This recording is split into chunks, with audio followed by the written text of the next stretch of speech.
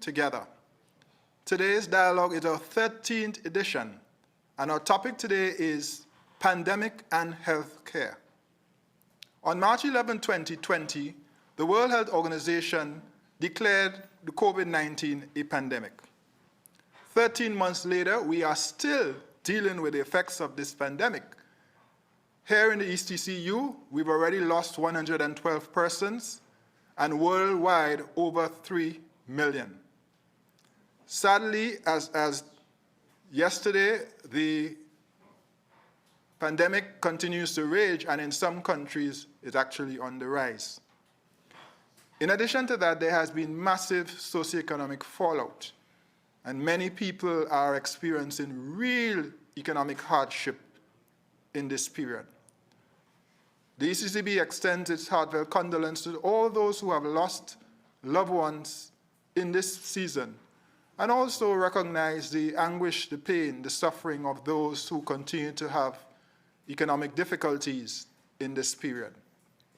And of course, we assure you of our support, ongoing support, as we navigate this period together.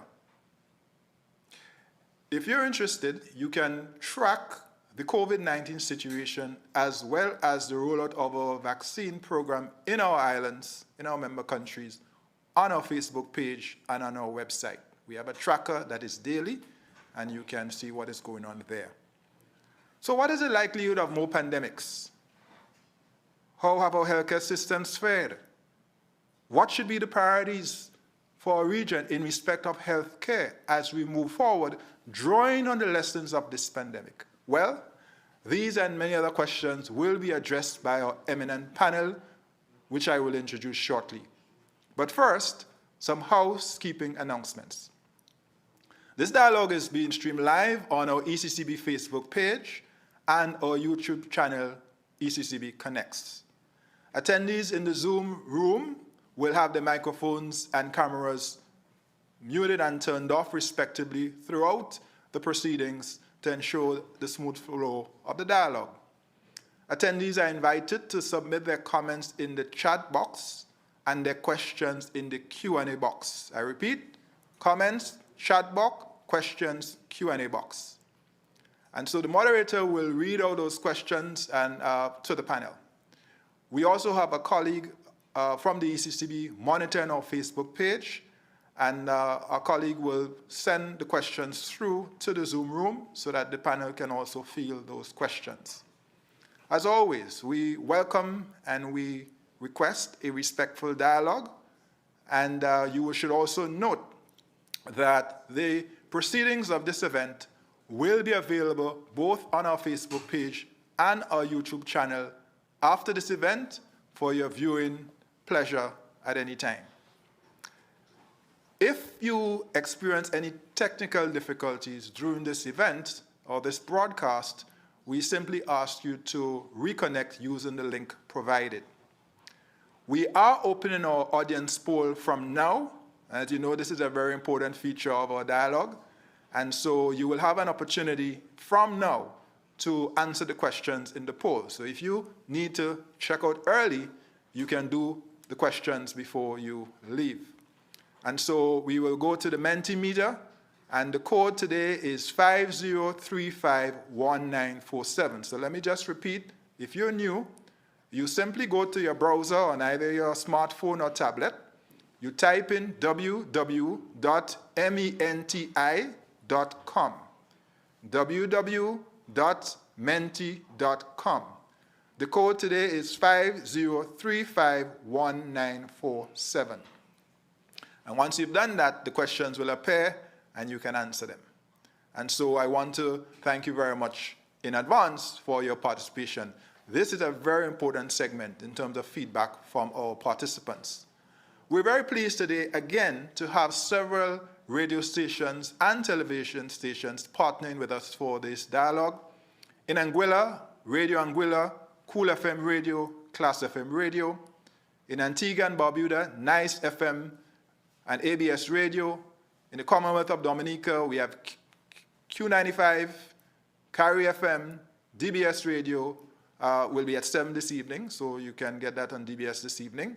In Grenada, there's WeFM, Classic FM and Sister Isles, which is in Carriacou. In Montserrat, we have Radio ZJB.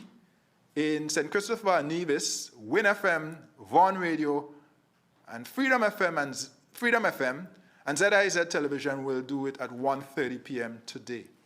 In St. Lucia, Rhythm FM and W Vent. In St. Vincent and the Grenadines, NBC Radio, Nice Radio, Nice Radio, and We FM Radio. Again, we thank all of our broadcast partners who are carrying this event live. And now to our panel. We're very, very pleased today to have a very distinguished panel with us, and I again thank them in advance for taking the time to be part of this important dialogue. First up, Dr. James Hospitalis. Dr. Hospitalis has over 30 years of experience in public health. He's worked in several regions, of course, with WHO PAHO. He's perhaps best known in our region as the inaugural executive director of CARPHA, the Caribbean Public Health Agency. And I'm almost tempted to ask him if he knew this pandemic was coming when he decided to demit office, but I won't press him on that. Since retiring from CARPHA, he's been involved in some very interesting things, heading up a foundation, which you will hear about, I imagine, as we go along. And so I would just again like to welcome Dr. Hospitalis to the panel. Dr. Hospitalis, welcome to you. And then we have, yes, go ahead. I was waiting for you to come in. Sorry, just unmuting. Good morning. Thank you, Governor. Pleasure to be part of this panel on an important subject. Right, and thank you, Dr. Hospitalis. And his foundation is Earth Medic. It looks at planet health, NCDs, and he sort of brings them together in a very effective way. And we will have a chance perhaps to hear more of that. He's the founder of Earth Medic and Earth Nurse Foundation for planetary health with twin priorities of climate change and NCDs. Very, very important for our region. Next up is Dr. Carleen Radix. Dr. Radix is the head of the Human and Social Division at the OECS Commission that covers health, education, social protection, among others.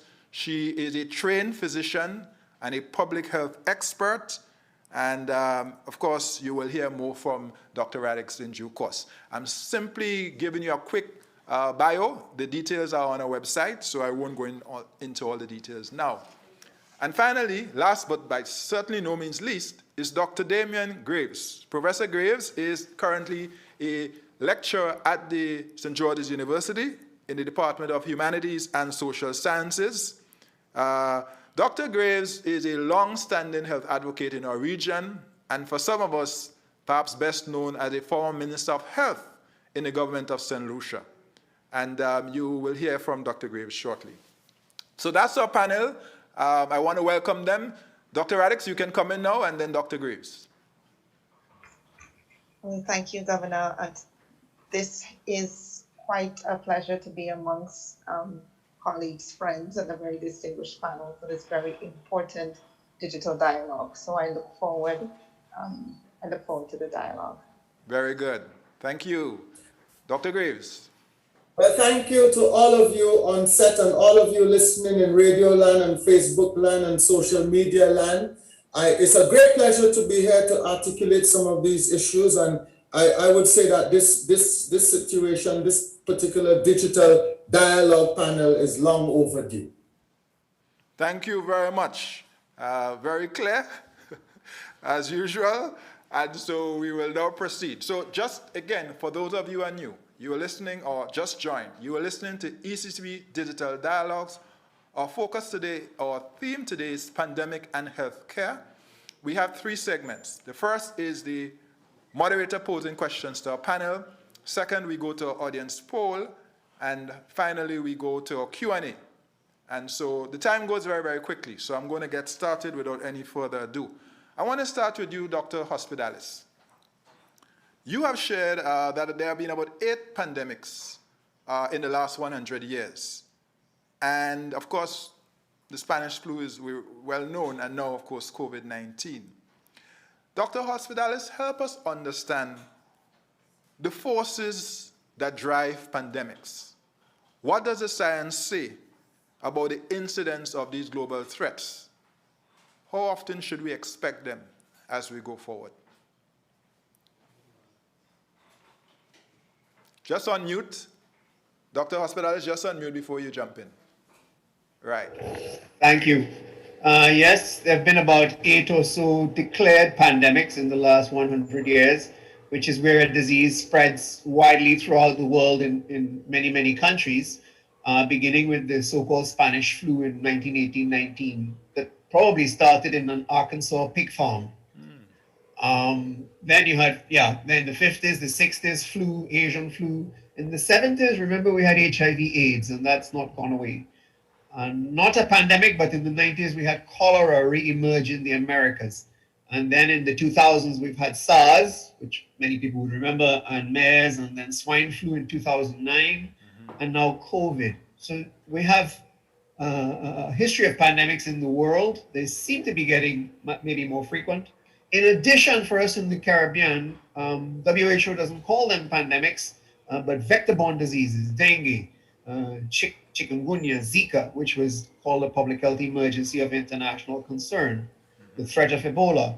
These are some of the epidemics that continue to be there. Now, what you asked about the forces, I'll comment on 4 things. First of all, human-animal contact and the destruction of nature all over the world. That's how Zika entered some of the flus through pigs, and that is a big factor. Second is population growth and travel.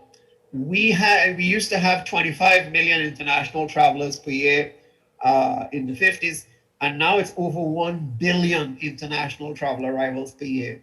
The Caribbean participates in that through its program, tourism, both land and sea. But that's a factor in the rapid spread of diseases from one part of the world to the other. The third is climate change. The world is changing, climate's accelerating with more heat and destruction of nature. And the fourth is the actual population we have. We have an older population. We're older than we've ever been in the history of humankind. And many people are not well. They have non-communicable diseases, which make them vulnerable when an epidemic does come along. What can we expect? Well, I'm afraid it's not good news in some ways. We can expect more pandemics and epidemics. We can expect them to be more complex. By that I mean that the infectious disease problem gives rise to economic and security and other types of problems, as we are seeing with COVID. We can expect more because of how the climate is changing. We have record heat, which makes mosquitoes breed faster for some of the epidemics that we suffer from. Wildfires that drive animals from their homes to people, floods, the hurricanes that we've had, which set you up for an epidemic afterwards, the biodiversity loss, which sometimes makes way for a pathogen to emerge. So all that points to, Tim, we can expect more pandemics and epidemics, more complex ones, and we need to be prepared and resilient in the light of that. Wow. Well, thank you for what is a very sobering overview. But I suppose the old adage, to be forewarned is to be forearmed. And we clearly, what you've described is a vicious cycle of, or confluence of factors, which Yes. of course we need to be very, very cognizant of as we go forward. Thank you very much for that, setting that up for us so nicely. I now want to invite Dr. Radix to comment. So, Dr. Radix, healthcare systems across our globe have been inundated and frankly overwhelmed. And that's not true just for our small countries, because we've seen the same thing happen in very large and advanced economies. How prepared were health systems for this pandemic, in your estimation? Well, thank you for that question. And as you rightly pointed out, I don't think any health system in the world was prepared for this pandemic. Although if you've been watching closely, based on what Dr. Hospitalis has said and things that we knew, we should have and could have been as a globe more prepared. But none of the health systems were prepared to deal with this pandemic. I think the advantage our health systems had in the region um, was first the fact that we were forewarned. The disease started on the other side of the world and it took its time to come to us. So we were able to see and learn from what was happening in other countries and to anticipate how it would come to us. Um, another good thing about our system is that we have strong public health systems. We believe in prevention. We believe in nipping things in the bud. And so across the region, you found that early on, there were strict measures put in place to further delay the spread of the disease into the region. And I think we're seeing the long-term effects of that when we compare the rates within the region to what's happening globally. So one of the good things about being in small island states is that for most of us, coming in to by air, where you have quick transmission, there's one port, and so it's in terms of controlling borders. And if you're coming by sea, there's some time factor there, which has a protective effect.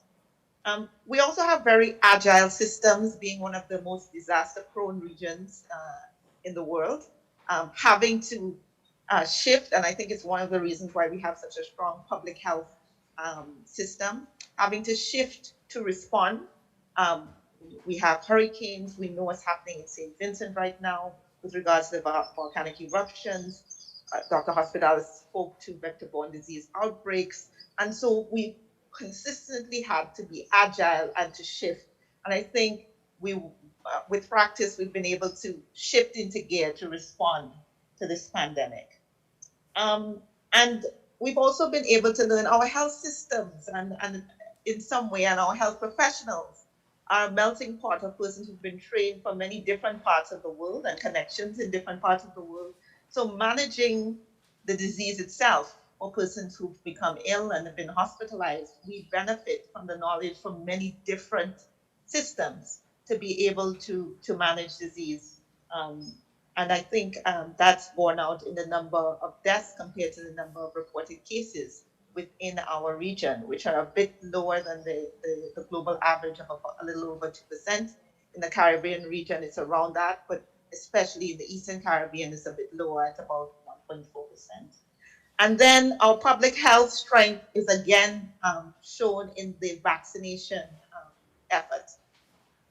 We have been able to vaccinate, at least within the Eastern Caribbean Union, close to 22% of the population on average, with going from about 10% to 40%, depending on the populations of the countries that we're talking about. And I think this is a great strength in terms of the way we're able to respond. So I think our health systems and the people within the health systems, I give my hats off. I think they've been doing quite a lot for quite a prolonged time in the fight against this pandemic. Right. Thank you, Dr. Radix.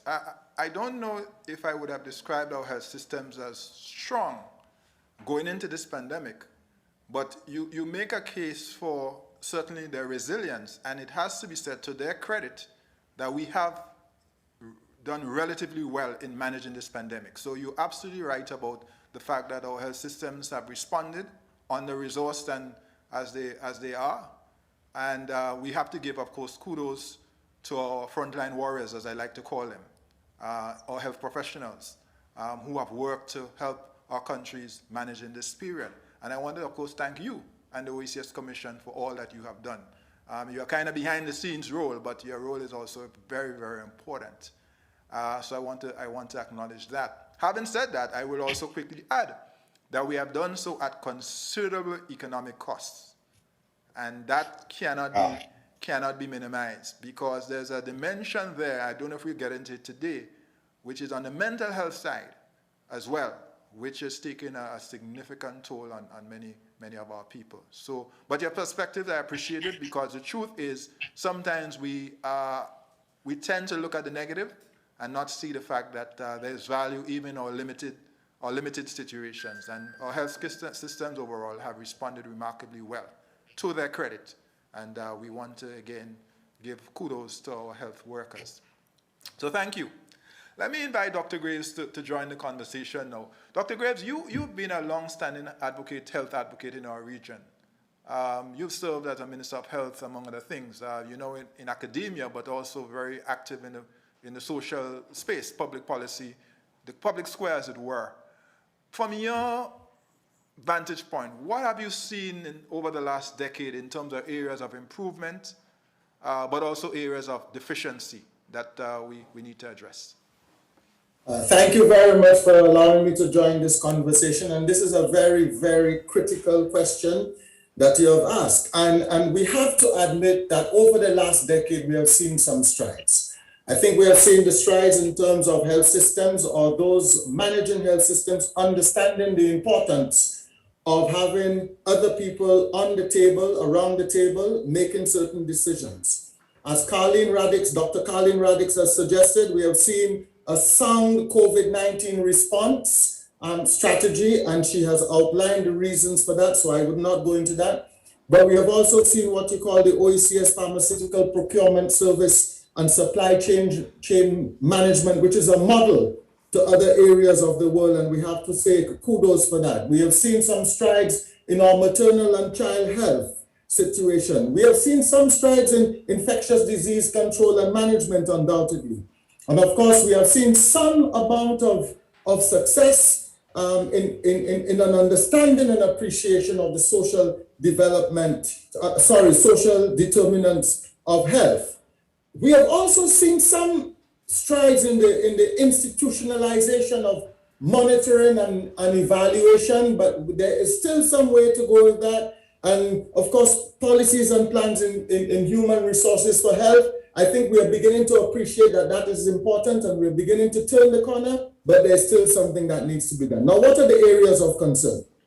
One of my biggest areas of concern, Governor, is public funding and investment. I believe that public funding and investment are insufficient in terms of the coverage of our population, and to really meet the goal of what I call the community health, population health, but also in the individual health status in terms of individuals within the population. An average of 6% in terms of the budgets that our governments across the region configure or craft for year after year. I think we need to look more at that, because I am concerned that our out-of-pocket spending, the spending by the ordinary man and woman on the ground, there's an inordinate amount of spending on individual medical care and treatment of disease.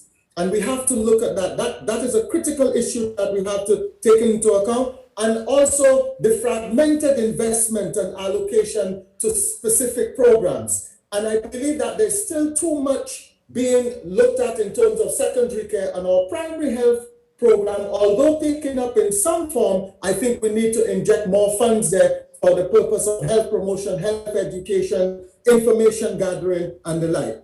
I am concerned with the persistent, fragmented, disease-centered approach to service delivery. I think that, and I just mentioned primary health care, and also the management. And therefore, there's this focus on what I call curative care. And I think that we need to look at that in some form, insufficient emphasis on the access on quality, on equity, on equality as well. The quality of care is important. How do we know that our patients are getting the care that they need and really getting the optimum care that they need? So there needs there's a need for a quality-driven culture with not just a patient-centered approach, but a person-centered approach, taking into account lifestyle issues, chronic diseases, and the whole gambit there, and not necessarily, as I said before, just a patient-driven approach. I believe that one of the biggest concerns for me would be the weak leadership management and governance structures that persist. And therefore, we're talking about promoting the governance of health in all policies, intersectoral collaboration, vital, whereby the leadership within the authority or within the ministry is an individual who facilitates that kind of partnership, and that is the new role. And so the triumvirate of the minister and the PS and the chief medical officer, in my humble opinion, is not working. The need for programs and policies to address prevention of non-communicable diseases and mental health. You just mentioned, Governor, the importance of mental health. These need to be given priority on the health agenda. Instead, we see a biomedical disease model kind of approach being employed with an emphasis on clinical delivery of services and, to my mind, ignoring to our peril the social and other determinants of health. Finally, because there's a lot, the inadequate health force situation we have to look at, either from the point of view of the migration of our nurses, and of course that has been stymied a little bit by the recent COVID-19 pandemic. We're also talking about specialities. We're talking about specialist physicians, specialist consultant physicians, if you will, but also those social scientific areas that need to partner with health in order to tackle the determinants of health. And we're talking about your health planning, your health economists, your statisticians, and so on. The whole gambit to add to the research and the information against the backdrop of the essential public health functions, and of course, the whole framework of the health system now in terms of assessment, policy development, resource allocation, access. All of those issues need to be taken into account, as well as the social participation and social mobilization needed in terms of the social capital that we need to get, in terms of the responsible areas that need to be looking to. I rest my case. Thank you very much, sir. Yes, what a case, what a case. Thank you very much, Dr. Graves.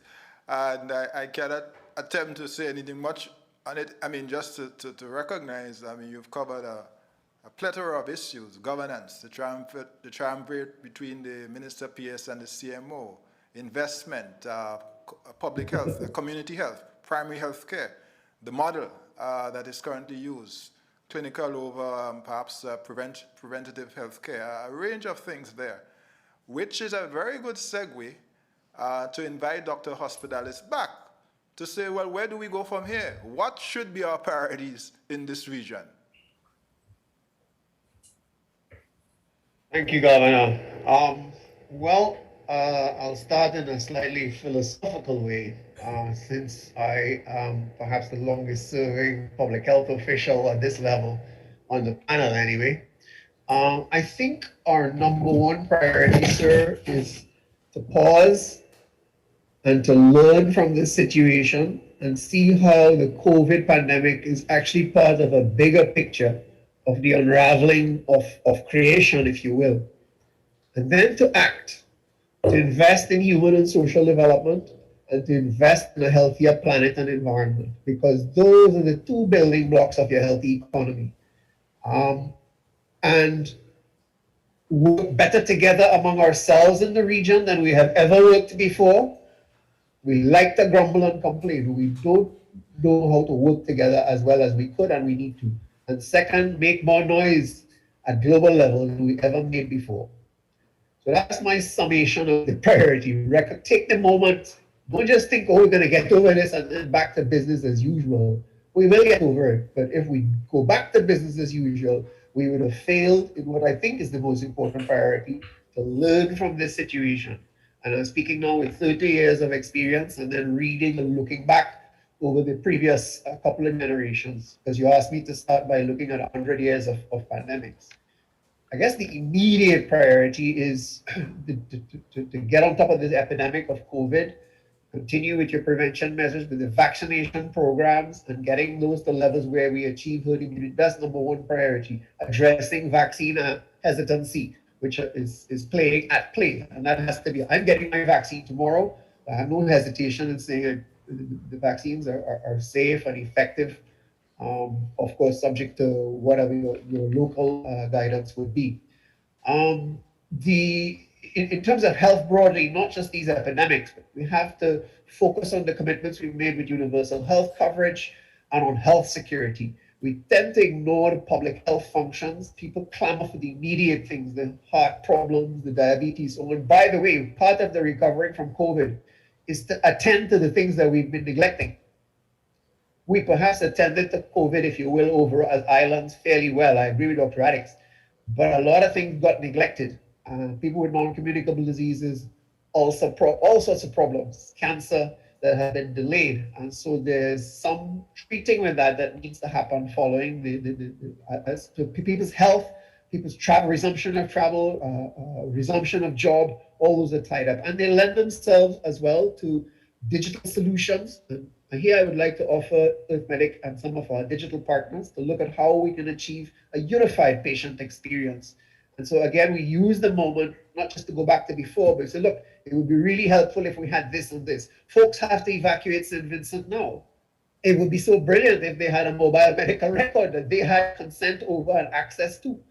So that when they have to flee with nothing in their hands, they can give somebody else authority elsewhere on the next island to retrieve their medical records.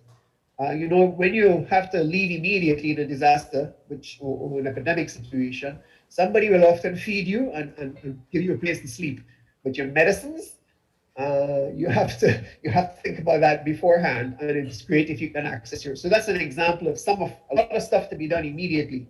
In the medium to longer term, again, building more on the universal health coverage and public health functions. I think because of our climate vulnerability, we have to look at the smart hospital programs that PAHO. We must get our health facilities resilient to face the climate challenges that are coming increasingly common. In the medium term, we have to find a way to align the climate action and investment with population health benefits. For example, leveraging built environments so that you can have more biking, walking, with greening of urban environments, triple benefit. Bottom line, energy security is benefit human health and the climate. So finding those places are some of the medium to longer term actions in transportation, and in the more longer term, food. We have to align better the health of the people, the health of the population we want with what we're feeding them.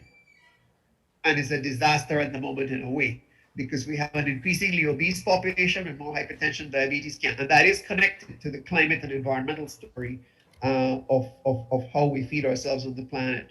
So I guess, in the more medium to longer term thinking, Governor, you're on the financial side of rebalancing our societies. The focus on the complete focus on money. It doesn't matter if people suffer, it doesn't matter if the environment suffers, I'm being dramatic.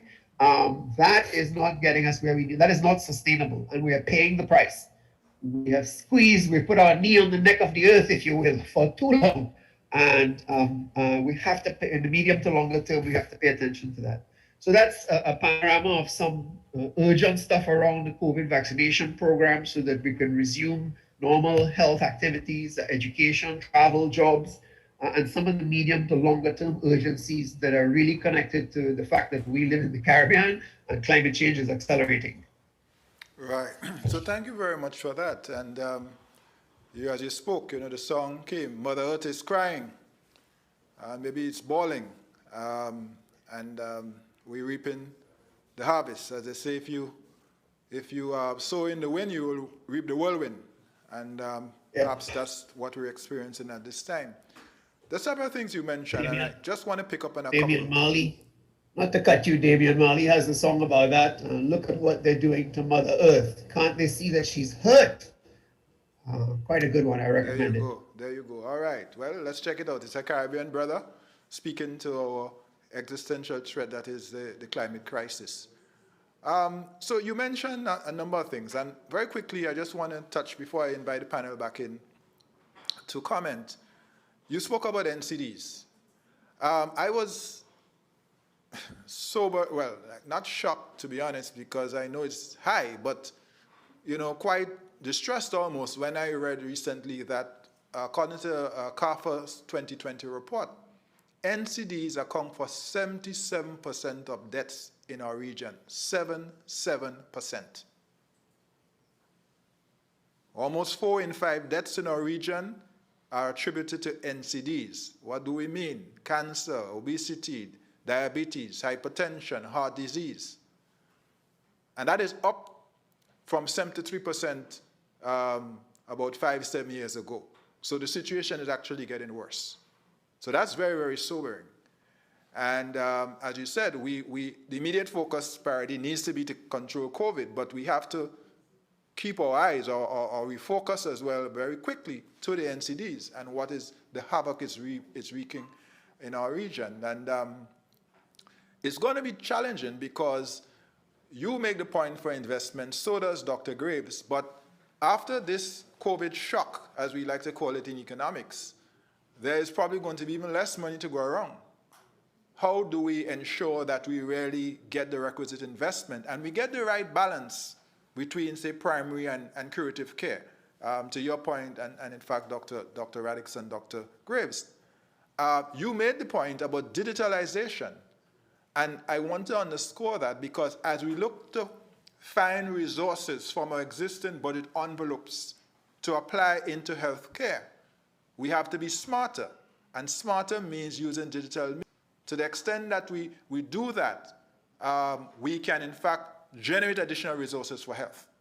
So a simple thing like the billing and admission system in our hospitals, which in many systems are still manual, still archaic. The insurers are not paying their fair share because our systems are not properly set up. So we should be getting additional resources there, we're not. The lack of healthcare records or the mobility and portability of these records. I have been on record as saying beyond the use of blockchain for digital currency, which is of course the current use case in action live in the ECCU, blockchain can be used to keep our health records and allow us to have that portability wherever we go, including after a hurricane, or as we see now in St. Vincent and Grenadines after a volcano. So I make this point to support you to say that when we speak about digitalization, very often I think people get lost in this idea of high tech and job destruction and maybe some job creation without seeing the potential for a cross-cutting sectoral lift, health, education, agriculture, fisheries, finance, all sectors of the economy, real and financial, if we adopt the right digital technologies. That is part of how we're going to find more resources for health. So I do want to underscore that. But let me go back to our distinguished panel and ask you to comment, having, a better understanding of our health priorities, given the last few minutes of our discussion. How can our region advance the issue of affordable and accessible access to quality health care? What are your views on that? What say you? And I could perhaps start with Dr. Radix, and then Dr. Graves, and then Dr. Hospitalis. Okay, thank you, Governor Antoine. And I just want to take a moment to make a clarification, because I think after I spoke, reference was made to our strong systems. When I speak to our public health systems, I'm not necessarily speaking to our health care systems in terms of care, tertiary care, etc., but more of the population health type approaches, which I do believe we have a history of strength of in this region. So that's the things like vaccinations, going out to communities, controlling mosquitoes, looking at environments, etc. And we need to make sure that we hold on to those things alongside the lure, or not just lure, but what we see in terms of very sophisticated curative care, of which frankly, with the size of many of our populations, we are unable to sustain and maintain in any kind of quality way. So I want to jump on your recommendation around digital innovation. This COVID pandemic has taught us we've done things digitally within a very short period of time that we've been planning to do for a long period of time, and the health system is no different. In terms of how we've been handling care within the COVID pandemic. And we need to use what we're learning to be able to expand and reduce the cost with regards to and increase the quality with regards to treating diseases at that level, which we must have and we must always have.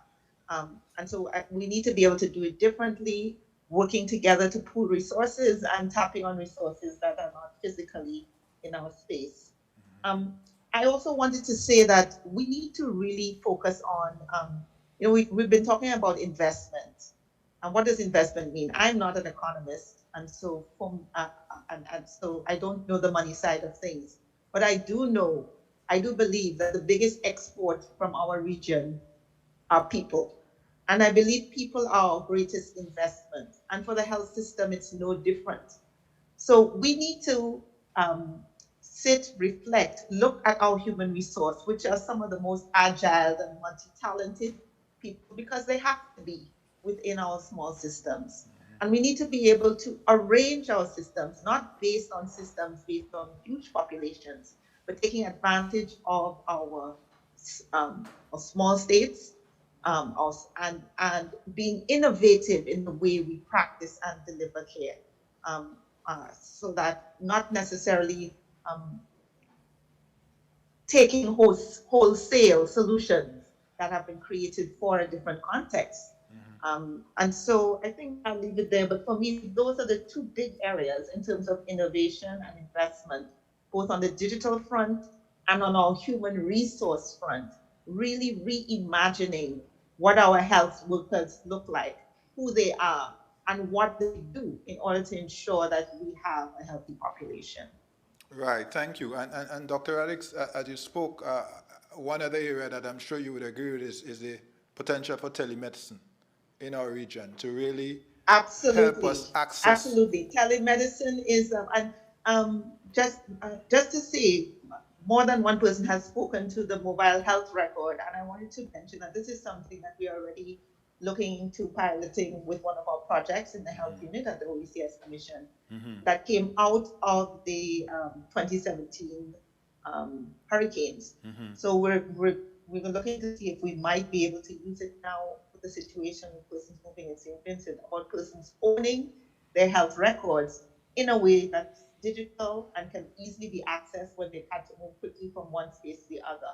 And I take your point about the blockchain technology, which can be used for this and for many other types of documents and things we need to begin to look at, especially as we begin to look at regional integration. Right. Thanks for that. Very good. Dr. Graves, what say you? Just unmute your mic, Dr. Graves. Just unmute before you. Basically, a lot has been said, and we spoke about telemedicine, AI, artificial intelligence, all of those things can come in. But I also believe that there is an inefficiency in how we budget for health. I also believe that you are intimately knowledgeable of the budgetary process for government, Governor. Yes. And I believe that when we look at the health budget, we have to begin to be more targeted. As far as I see it now, and using my experience from before as a Minister for Health, we have a scattershot approach to the budget for health rather than a rifle shot approach. So we put in a lot of things. We say we're doing this, we're doing that, we're doing that, we're doing that, we're doing that. We do not look at the overall picture as far as I'm concerned. Maybe we are doing that a lot more these days, but we are not there yet. A more targeted approach within the confines of our framework, within the confines of the information we have before us. I mean, household surveys are sadly absent. So a lot of those things not on the periphery of that are important as part of the composition of your health planning and policy is absent. And then I'm saying, if you're looking at more affordable and equitable health, you have to see it as being inextricably linked to the elements of what I call universal access to healthcare. So there has to be the increased and more effective community service, the health checks and awareness. All of that is part of the gambit. Health checks and awareness in schools, in communities, increased community facilities to stimulate exercise and other recreational activities like sport and so on. And all of those things will come in. Your special concessions for certain targeted areas. These are the things that we have to look at. So we have to be a lot more innovative, more rifle shot in terms of our approach and strategy rather than the scatter shot. And basically, we're against the backdrop of the framework for public health and the essential public health functions, we should be able to have a better approach towards the budgeting for health. It cannot be like we do for other budgets or for other aspects of government. I believe that we need to begin to rethink in that way, and COVID-19 has indeed brought that home. Right. Thank you. Thank you, Dr. Graves. I wish we had more time because once you get started on budget, you and I could go down that alley for a little while. But yeah, I have some views as well as a former financial secretary. But we leave it there for the moment. I hear you. I mean, you are the Minister of Health. You have a perspective, and I appreciate that. Dr. Hospitalis, what say you?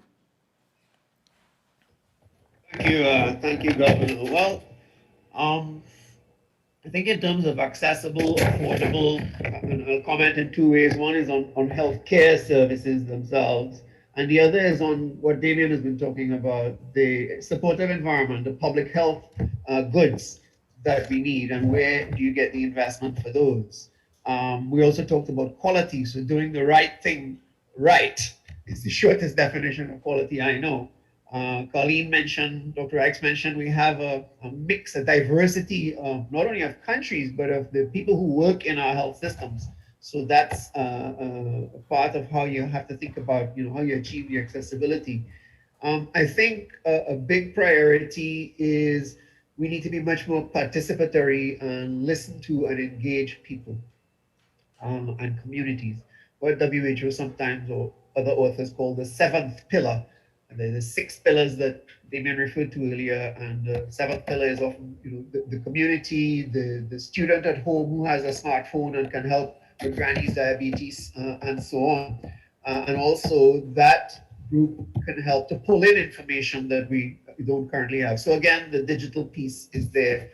I think we're small countries, so definitely to have accessibility and affordability, both for clinical healthcare goods, but also pharmaceuticals, diagnostics, public health goods like rapid testing and so on. You need to come together, which we do, but we could do better. So you have the PPS, you have the CRS and CARFA that help to make they're beginning to, and a lot more can be done in that. That, Tim, is something that should be ramped up. The focus on getting the essential medicines more affordable, pooling, procurement, having discussions with distributors, manufacturers. Some of the drugs are very expensive, and you need to have broad discussions with people to get access to what is deemed an essential product. So prepayment, pooling, but we have to stick to it if we say we're going to do that. You can't say you're going to fund PPS in one way or you're going to fund CARFA. I used to head that up, and for years you don't give any budget support. Then you can't expect a starving institution to respond in a timely way to be, especially when there's another public health challenge. I will perhaps finish by, well, 2 things. One, at the regional level, it's not only like the CARFA, but you have that whole cluster with SEDIMA, with impacts that look at crime, security, and your public health emergencies as a package, because they're often connected, and how do they work better together? I think following the money is important. I've attended 3 or 4 of the national conferences on national health financing put on by the Health Econ Unit. And I'm struck by how much the social security systems are under pressure because of NCDs and because of the demographic shift. And those folks are waking up to that. So it's timely to have dialogue about how can you create financial incentives and nudges in that system for the healthier behaviors, which will make healthier people and less cost, but also reduce some of your climate impact if people are eating a more plant-based diet, if they're using alternative transportation modalities like biking and walking. So those are, I think, some of the things that help to guide as we think about accessibility and affordability that you need to bear in mind, both the care itself and the cost of medications and diagnostics, the training and preparation of professionals. How do you get the community more engaged, participatory, and that's where that digital health piece comes in. Let me finish by saying something on the digital side.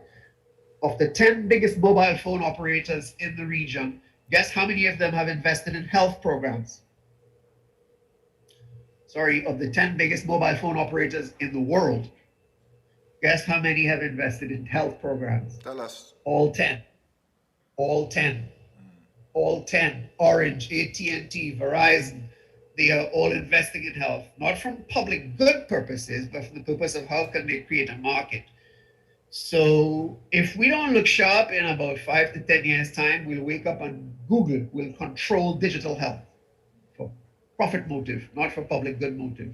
I think we're at a stage where you can still have innovative and big projects that bring them to the table and they work with you, rather than as we are at the moment, really very, very vulnerable. That's a global picture, but I think it's playing out here in the region. So I've said a lot of things there, but the last point was around following the money and working with the payers to tweak our system to get behaviors that are healthier and more sustainable from a planetary point of view. Right. Thank you very much, Dr. Hospitalis. And you kind of teased the subject of data colonialism when you mentioned who will control our digital health in a few years' time. Maybe that will be the subject of another dialogue. Before we pivot to the poll, which we will do in a minute, I just want to paint a scenario which I'm seeing right now. So by the way, I have been vaccinated, and in fact, I will be receiving my second dose very soon. I think early May is my next date, my appointment. I continue to make the point that while vaccines are ultimately it's a personal choice, in terms of economic recovery in this region, we have to be very clear. It is critical to our economic recovery. We're now seeing a situation where the US, for example, is putting out no travel advisories because of what they perceive as high-risk countries. And in part, that is based on vaccination rates and whether or not countries have attained herd immunity. It's so ironic because having managed this COVID-19 pandemic so well, better than most, certainly than the larger economies until some of them finally got their act together in recent times, we now face a real prospect that we could find ourselves on the sharp end where we are not getting visitors or the flow that we should expect because we are now perceived, some of our countries, to be high risk. Because as we know, both the United States and the UK have really ramped up their vaccination programs, and they know, well advanced. And they are now in the UK over 33 million, in the United States over 200 million people have at least received one dose. And so we have to be very careful about that. You touched on, one of you, I think it was Dr. Hospitalis, the issue of vaccine hesitancy. And I will simply say this before we take the poll. So we have a situation in our region where some people are hesitant. They are watching the science, as they say. But some of these same people, I observe, are buying ultra-processed foods. I'll give a simple example, a bag of chips. They are not reading the label. They're not seeing whether it's trans fat, whether it's fructose, what is in the contents. They are eating it to their heart's content. And in those moments, I don't hear any discussion about science or about health. Perhaps they're doing that because it is cheap, relatively speaking, which creates the nexus between our food and nutrition and, of course, our health. And that's a huge issue right there with macroeconomic implications. But there's an irony that I observe. People are cautious about vaccine, as is their right to be. I want to be clear. But at the same time, will, without thinking almost, consume these ultra-processed foods to their detriment.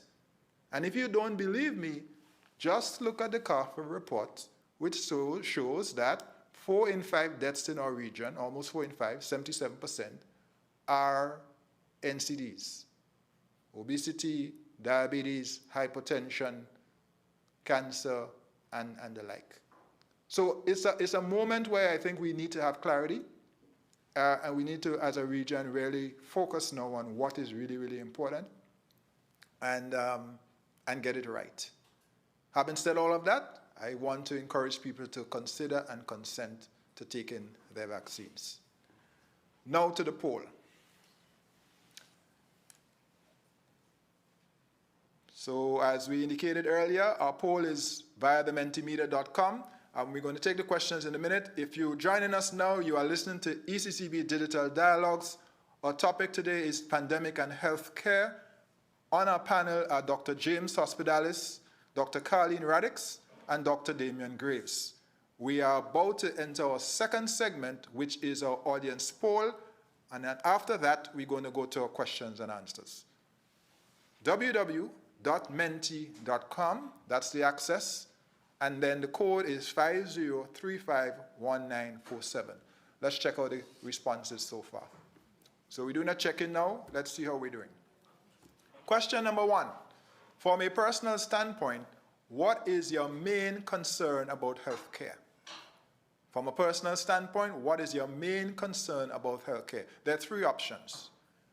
43% of persons who have responded so far, now 50% say it's the quality of care, quality of services and health care. 25% says it's cost, it's just too expensive. And 25% say it's access to the range of services. The range is not broad or wide enough. So the predominant concern coming through from this first question is the quality of services and care. And as we speak, that number is now going up to 63% of respondents. So that's the takeaway for the moment. The poll is live and continuing. Let's go to our next question. So it's a check-in. Second question is, what reforms would you most like to see in our region's healthcare systems? What reforms would you most like to see in our region's healthcare systems? And 38% of you say the modernization of the systems, the modernization of the health facilities. That's now 45% of respondents. Then 18% says implementation of universal health insurance, strengthening of primary health care, and introduction of telemedicine. So it's, again, the overwhelming majority of persons who've responded are saying we need to modernize our health facilities, we have to invest in them, and then almost a dead heat on strengthening primary health care, 17%, implementing health insurance, 17%, and introduction of telemedicine, that is now 14%.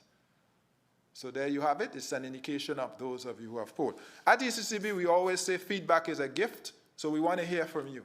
And when we think about public policy and even advising on public policy, your feedback is important, a very important input in helping us to shape public policy, and as important data points for us to bring our advice to the table. Our third question, please. Third question reads, apart from the current COVID-19 pandemic, what do you perceive as the single biggest threat to health and safety in the Caribbean? Apart from the current COVID-19 pandemic, what do you perceive as the single biggest threat to health and safety in the Caribbean? Well, it's an overwhelming 100% so far say it's NCDs. NCDs. And by the way, that CARFA report which we referred to, that shows that almost 4 in 5 deaths are from NCDs, non-communicable diseases, cancer, cardiovascular, hypertension, diabetes. The largest risk factor identified by CARFA is, in fact, our diet. The largest risk factor, identified by CARFA is our diet. So there we have it. There's a slight shift. 94% say NCDs, 6% say violence, but the overwhelming majority of respondents so far are indicating that it's NCDs. Let me just say thank you, Dr. Hospitalis, for your service, especially as the inaugural head of CARFA. And of course, I now want to recognize the current head, Dr. Joyce and John, and the team. And you made a point that we have not invested enough in CARFA, but we are now seeing in this pandemic how reliant we are on CARFA and how important that organization has been to our regional response. And maybe that will encourage even more investment in CARFA going forward. So again, thank you, and again to the current CARFA team, we want to just acknowledge your very important role in our regional response to this pandemic. So that's question number 3. Do we have a fourth question? If we do, let's take question number 4. Do we have a fourth? We don't? That's it? Okay. So those are 3 questions. The panel can weigh in on that in a minute if they wish when we get into the Q&A, which we will do now. So again, we're at the top of the hour. If you joining us for the first time today, you are listening to ECCB Digital Dialogues. Our focus today is pandemic and healthcare. Our distinguished panel members are Dr. James Hospitalis, founder of Earth Medic Foundation, Dr. Carleen Radix, head of the OECS social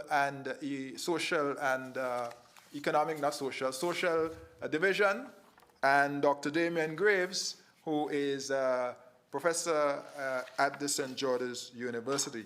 Those are our panelists, and we are very grateful for their expertise today. Let's go to the Q&A, and we will start the questions, and then we could perhaps come back on the audience poll. Dr. Hospitalis, the first question is for you.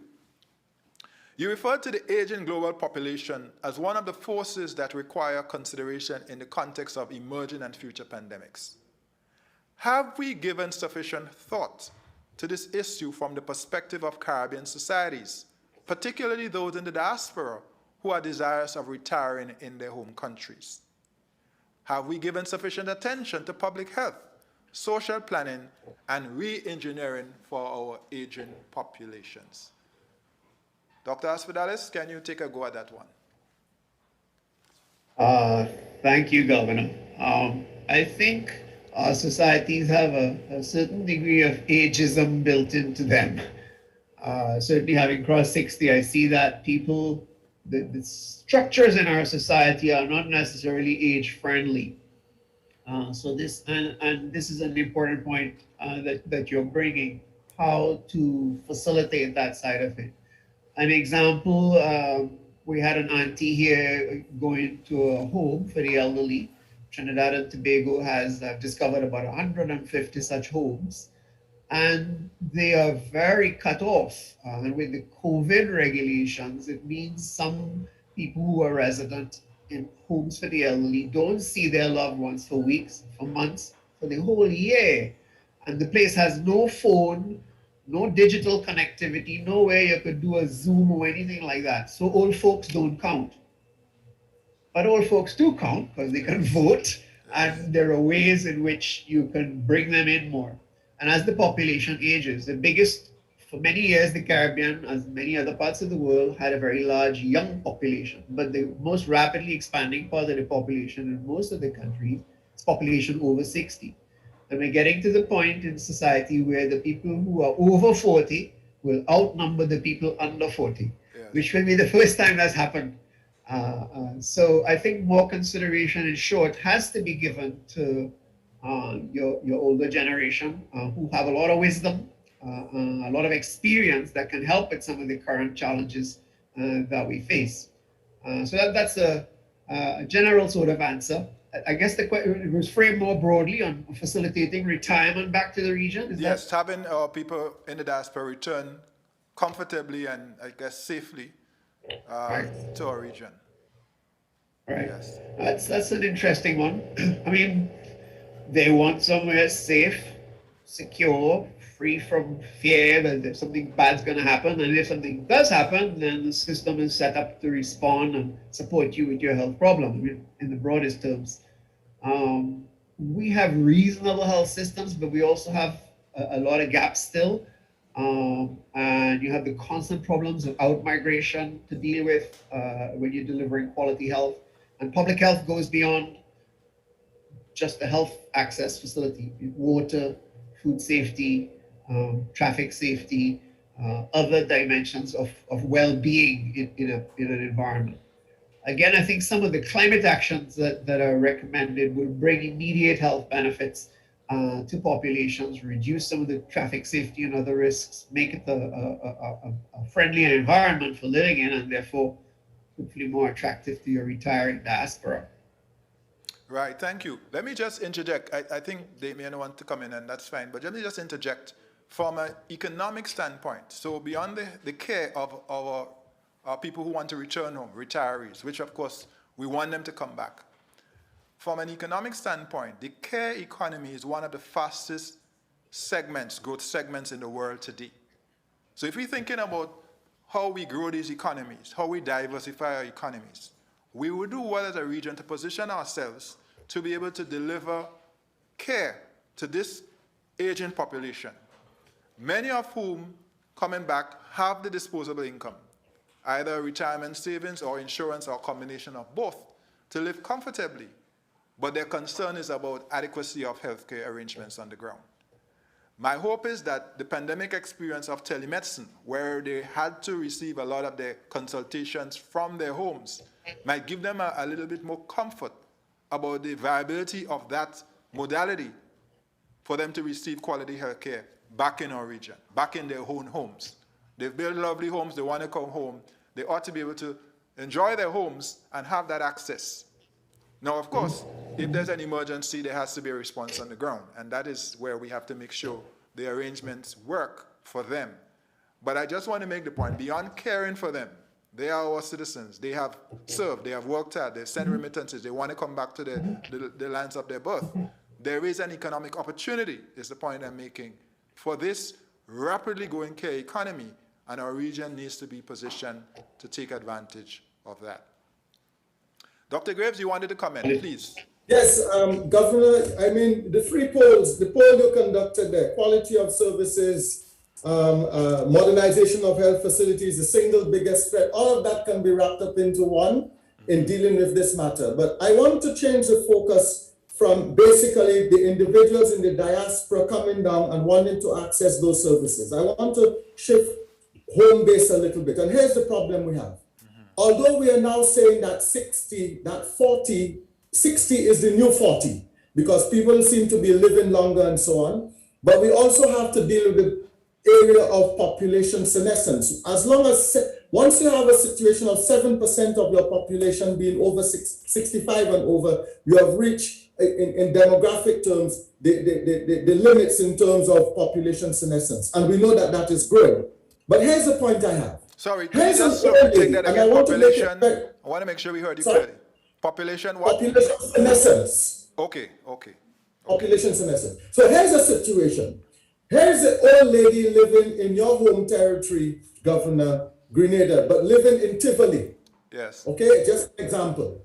And that old lady lives on her own because her loved one, her children are overseas, her loved one has passed. She has multiple morbidities. She could be diabetic, she's poor, basically, just looking at that, but let's look at the multiple morbidities. She could be diabetic, she could have hypertension, she could be asthmatic, and have other conditions as well. So multiple morbidities. Here's the second thing. She could be living in a home that is not so wholesome, that is not properly ventilated. But here's the situation. The community nurse visits this old lady and says, okay, I'll give you this, I'll give you that, I'll take care of you. But unfortunately, I cannot deal with your housing condition or with your welfare condition. So I will advise you to go to the Ministry of Social Development. And that's the problem we have. Why can't we have a one-stop shop?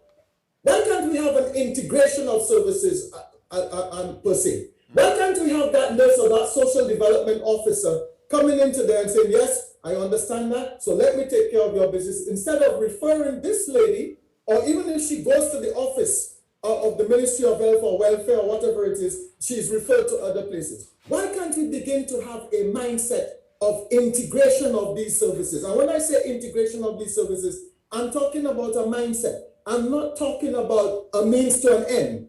Yes. I'm not talking about integration in order to give you these kinds of, I'm talking about a mindset that we need to begin to nurture within the public service, as well as the private sector, as well as CSOs, that we understand that when our people come, there should be a one-stop. What is preventing us, Governor, from having an integration of these services for the comfort of our loving senior citizens? Right. And sometimes it's simple as a lack of a sense of imagination. Sometimes that is all it is in our region. And I say this with it's the same that's needed for our residents as is needed for people who are diaspora. Yes. Because we all move all the time. If you're in a little village, you got to go to town. If it's a bigger problem, you got to go to Barbados or Martinique or Trinidad. And it may be that you reside in the States or England for 6 months a year and 6 months out here. So you have to start at I think the answer to Damian's question is you have to start at the level of the person and the patient and construct build with a unified patient journey in mind. Right. And start small. Anyway you pick. And then with what you have in the Eastern Caribbean, you can have the ingredients for proving that this can happen and serve your residents and serve this tourism economic piece that we need to, and make it well, not just tourism, as you said, these folks are from here. We should facilitate coming back. Yes, and of course, Dr. Radix, yes, and by the way, Dr. Radix is the head of the Human and Social Division. I was missing the human a little while ago. That's okay, and we often miss the human, yes. Governor. And I just wanted to come in a bit here on the issue of older persons and aging. We have a new program director for health who's very passionate about aging, Dr. Bamudu, and mentioning her here. I would be remiss of me not to say a couple of things around the economic opportunity, not just in care, but from the human point of view. With our older population, we're missing an economic opportunity because we've somehow created this arbitrary number of 60 or 65 or that existed some long time ago that we measure and we indicate. Now, I'm not saying that they're not vulnerable persons like the scenario that was described that need services, and certainly that is something we have to address. But what is the untapped opportunity that we have with our older persons and that population? And how do we look at keeping that population healthy, creating the environment that helps with our economy by incorporating more of our people? I just wanted to make sure I bring that to the fore. Right. No, we have to take care of the elderly and do it in a very clear, strategic way. By the way, I just recall a conversation I had with a distinguished QC a few months ago, and he said to me, as a lawyer, we peak at 65. We peak at 65. Unfortunately, in our region, we retire people too early, way too early, which goes against the science. Because if people are living longer, then we shouldn't be writing them off so early. Tim, I am enjoying my on-call career. Oh, there you go. But it's a wonderful opportunity, and we need to address that. So, in answering this first question, you also answered the second from Facebook, which is about the major hindrance to better access to health care. Perhaps you could spend a moment talking about how could we better partner public and private? Because when we talk about this lack of investment in health care, very often the focus is on the government's not doing enough. The government needs to do more. But could we explore for a minute how we could better pursue public-private partnerships to bring to the table some of the resources that are required? Dr. Hospitalis, you are the founder of Earth Medic and Earth Nurse Foundation. I finally got it right. So you or any one of the panelists, how do we bring public and private together? May I just say, first of all, Governor, first of all, we have to remove the trust deficit between private and public.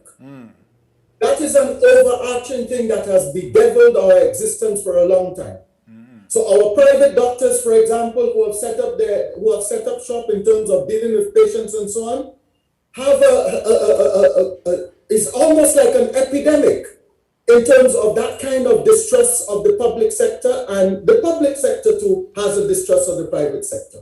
So here's the situation of the sharing of information. Maybe that is improving now, but not at a sufficiently rapid rate as I would like to see it happening. Yeah. So you have information in the private sector, but you do not give that information to the public sector, sometimes under the guise of confidentiality, patient confidentiality and so on.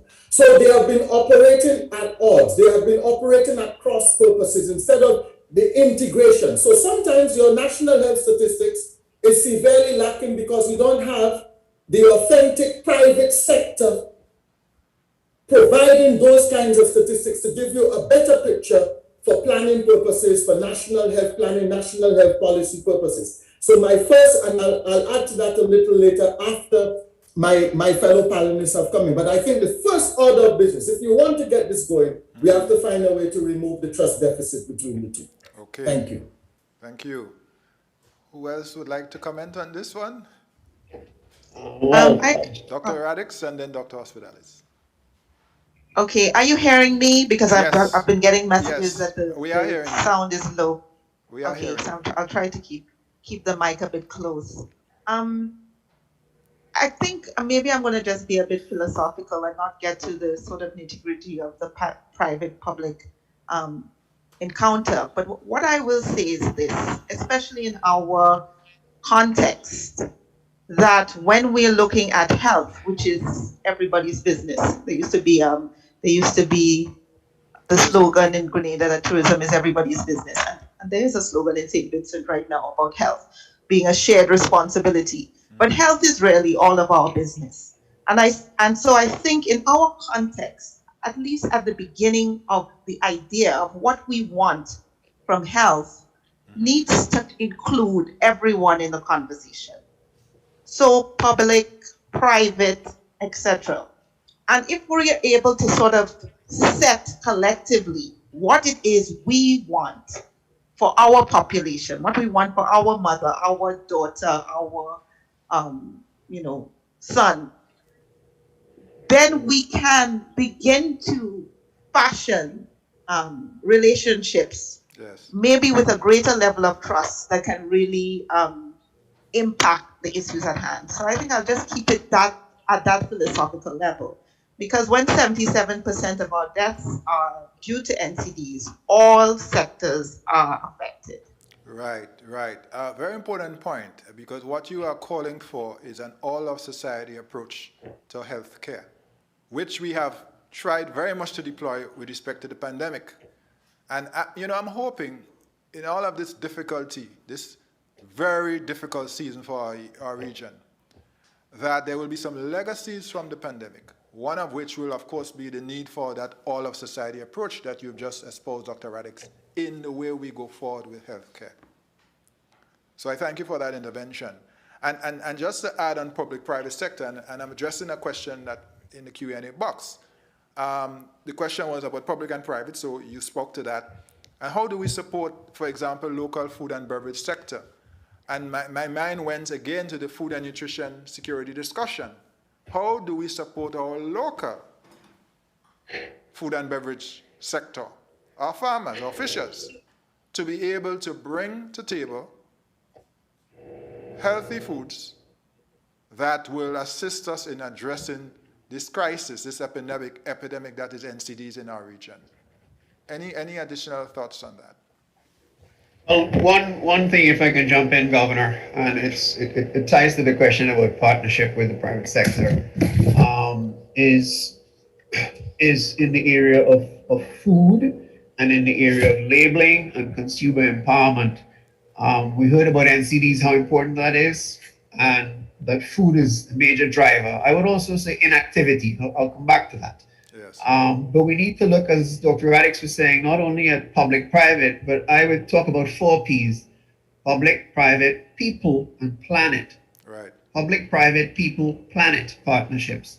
And there are things that we can do to move to more plant-based diets, less red meat and processed meat. But we should also clearly label what is unhealthy, and that's what we're not doing. Before I left CARFO, we prepared a 6-point policy package, which was adopted by CARICOM. The number one policy lever is front of package labeling for foods that are high in salt, fat, sugar, or overall calories.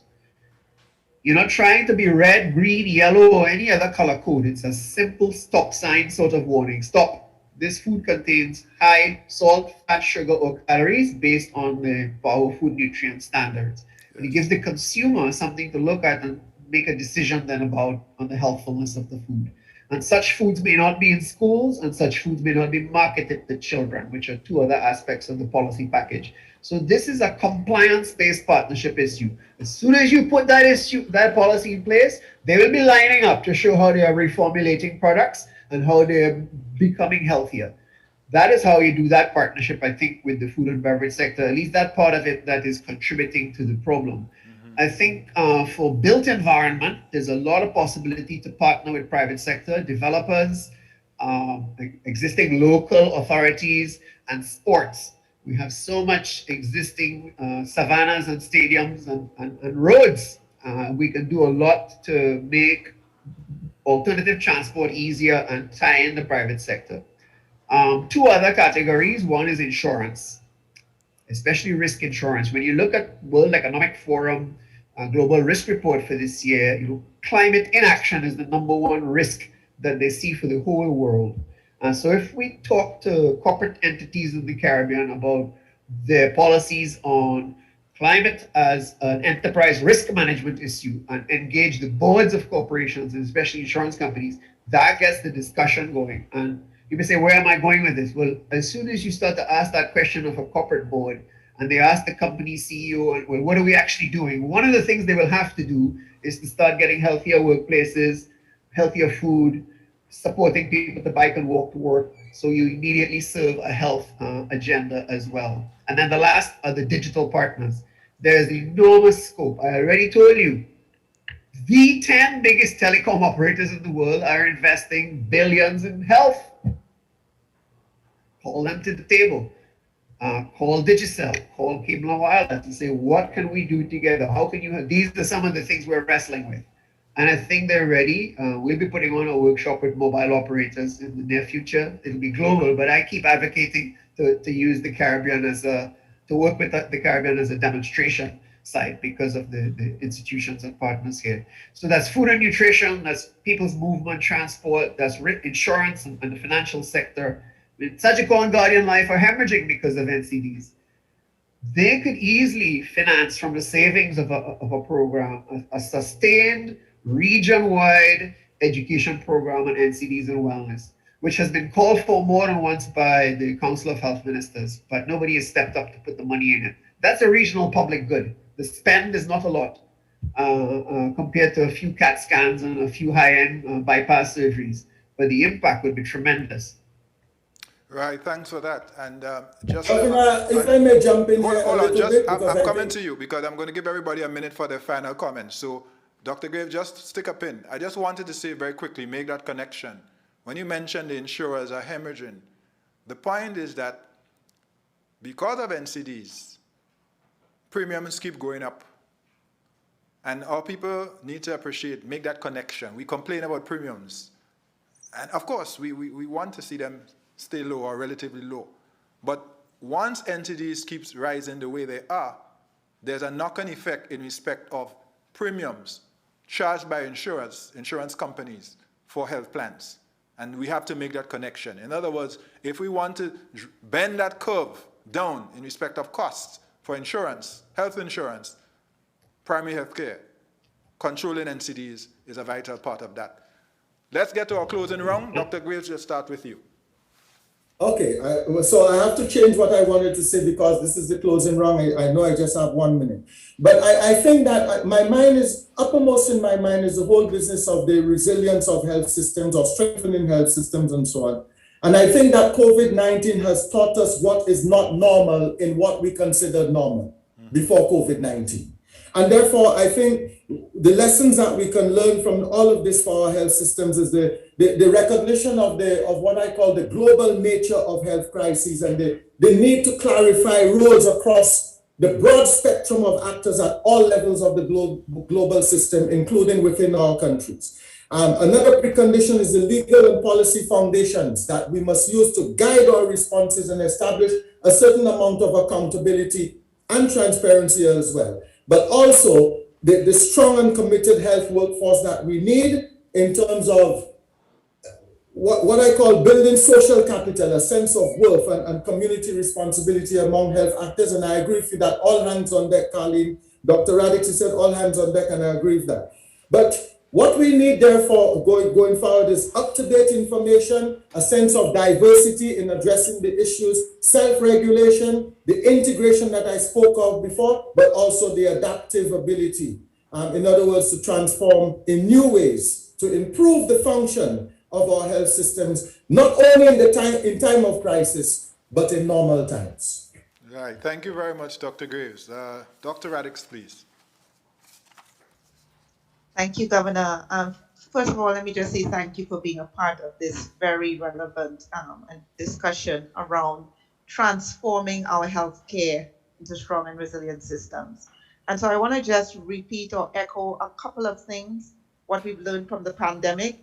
One is that we need to make systems that, or we need to strengthen our systems in ways that work for our context and our people. And our context, including size, and our people, including culture and economies. Um, and so, learning from the pandemic, the use of digital technology, and you've made the emphasis on telemedicine and how that can impact and transform our systems.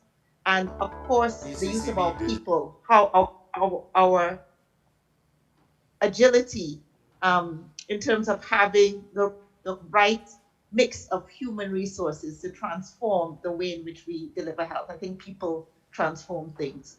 But I also think the discussion went to not just transforming healthcare, but transforming our health as a population. And I think this has to be our North Star, transforming our health. What do we want to see shift to transform our health? And if we start with that, everyone, public, private, etc., can begin to adjust.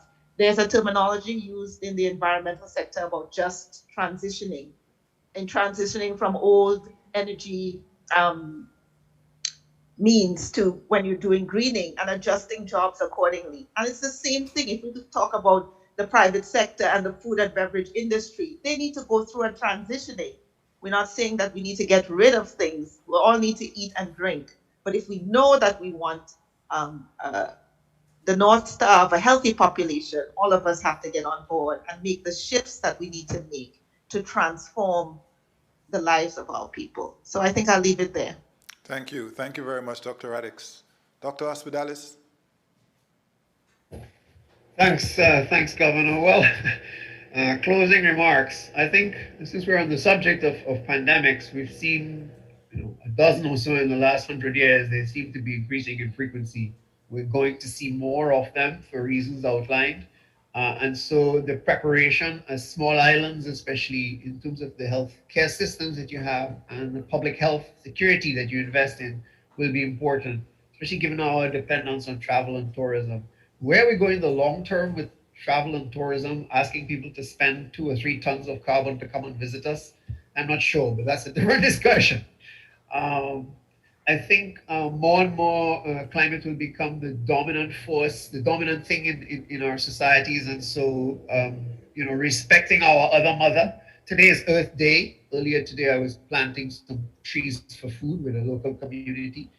And so paying attention to that would be, and investing in that, so that the only way we're going to have a healthy population long term is to have a healthy planet and environment.